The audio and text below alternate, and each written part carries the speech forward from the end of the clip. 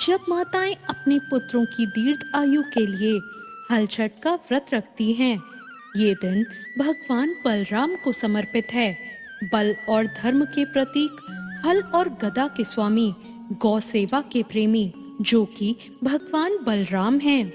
इस दिन एक नियम है कि कोई भी हल बैल से जुड़ा काम नहीं होता, खेत नहीं जोते जाते और सबसे बड़ी बात, अन्न या दूध में मिलावट, असत्य या छल सीधा भगवान बलराम का अपमान माना जाता है। इस दिन गौमाता के दूध का उपयोग नहीं होता, क्योंकि इस दिन गौमाता को विश्राम दिया जाता है। तो आइए सुनते हैं हल छठ की कहानी। प्राचीन काल में एक छोटे से गांव में एक ग्वालिन रहा करती थी। उसका प्रसव काल निकट था। शरीर दर्द से कर्रा रहा था, पर मन चिंता में डूबा था। वो सोच रही थी, अगर आज बच्चा हो गया तो ये गाय का दूध दही घर में पड़ा रह जाएगा, कोई खरीदेगा भी नहीं और मेरा घाटा हो जाएगा। वो प्रसव पीड़ा सहते हुए भी सिर पर घड़े रखकर दूध दही बेचने निकल पड़ी। लेकिन वो कुछ ही दूर पहुंची थी कि उसे असहनीय दर्द होने लगा। पास ही एक झरबेरी की ओट मिली और उसने वहीं एक पुत्र को जन्म दिया। ग्वालिन थक गई थी, पर लालच में अंधी हो गई और सोचने लगी, बच्चा तो यही सुरक्षित है, पहले दूध दही बेच लेती हूँ, फिर आकर बच्चे को देख लूंगी। उसने बालक को वहीं छोड़ दिया और गांव-गांव घूमकर दूध बेचने लगी। उस दिन हल षष्ठी थी और उसने गाय और भैंस के दूध को मिलाकर केवल दूध भैंस का बताकर भोले भाले गांव वालों को बेच दिया। गांव की परंपरा थी कि हल षष्ठी पर मिलावट का दूध असत्य, छल, गौ माता का अपमान है और गौ माता की संतान होने के नाते भगवान बलराम का भी अपमान है। ऐसे कर्म से व्रत का पुण्य नष्ट हो जाता है और अनजाने में भी अनिष्ट को न्योता मिलता है।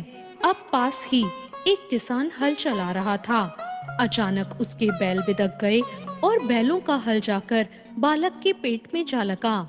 बालक वहीं निढाल हो गया। किसान ने कपकपाते हाथों से झरबेरी के कांटों से उसके घाव सिल दिए और भारी मन से बालक को वहीं छोड़कर चला गया। अब ग्वालिन लौटती है। अब वो दूध बेच चुकी थी। उसका मन बहुत प्रसन्न था और वो अपने बच्चे के पास पहुंचती है। बच्चे को देखकर वो चौंक उठती है। हाय मेरा लाल, ये क्या हो गया? ये किसने किया? उसके मन में एक ही विचार आया, ये मेरे ही पाप का फल है। मैंने ही मिलावट का दूध बेचा है। इस पावन दिन मैंने असत्य क्यों कहा? क्यों मैंने भोले भाले गांव वालों को गाय और भैंस का दूध मिलाकर बेच दिया? अब वो रोते हुए गांव की स्त्रियों के पास जाती है। ग्वालिन रोते हुए कहती है, बहनों, मैंने पाप किया है। मैंने दूध में मिलावट की। मैंने हल षष्ठी का अपमान किया और इसका दंड मेरे बच्चे ने पाया। मुझे क्षमा कर दें। गांव की स्त्रियां उसकी पीड़ा देखती हैं और कहती हैं, तूने स्वीकार किया, यही तेरा सबसे बड़ा प्रायश्चित है। भगवान बलराम तेरे पुत्र को जीवन दान दें। अब ग्वालिन उन सभी स्त्रियों से आशीर्वाद लेकर झरबेरी के पास लौटती है। वहां वो देखती है कि उसका पुत्र जीवित और स्वस्थ है, मानो गहरी नींद से जाग उठा हो। उसको देखकर उसकी आंखों से आंसू बहने लगते हैं। ग्वालिन कहती है, हे बलराम, अब मैं कभी असत्य नहीं बोलूंगी। हल षष्ठी पर तो क्या, जीवन भर दूध में मिलावट नहीं करूंगी। और तभी से ये मान्यता बन गई कि हल षष्ठी के दिन सच्चाई, पवित्रता और गौ सेवा का पालन होने लगा।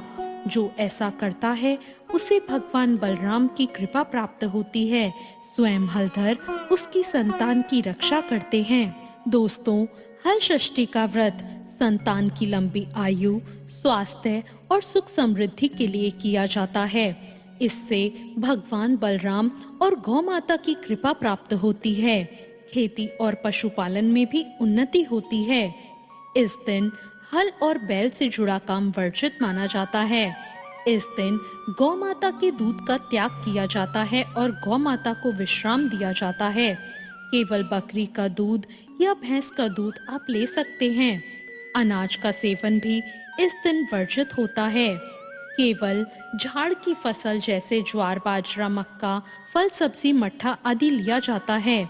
इस दिन असत्य वचन, मिलावट, झूठा व्यापार या किसी का अपमान बिल्कुल भी नहीं करना चाहिए। मान्यता है कि जो भी माता हल षष्ठी का व्रत पूरी श्रद्धा से करता है, उसके पुत्र को भगवान बलराम की कृपा से बल, बुद्धि और लंबी आयु मिलती है। तो ये थी आज की व्रत कथा।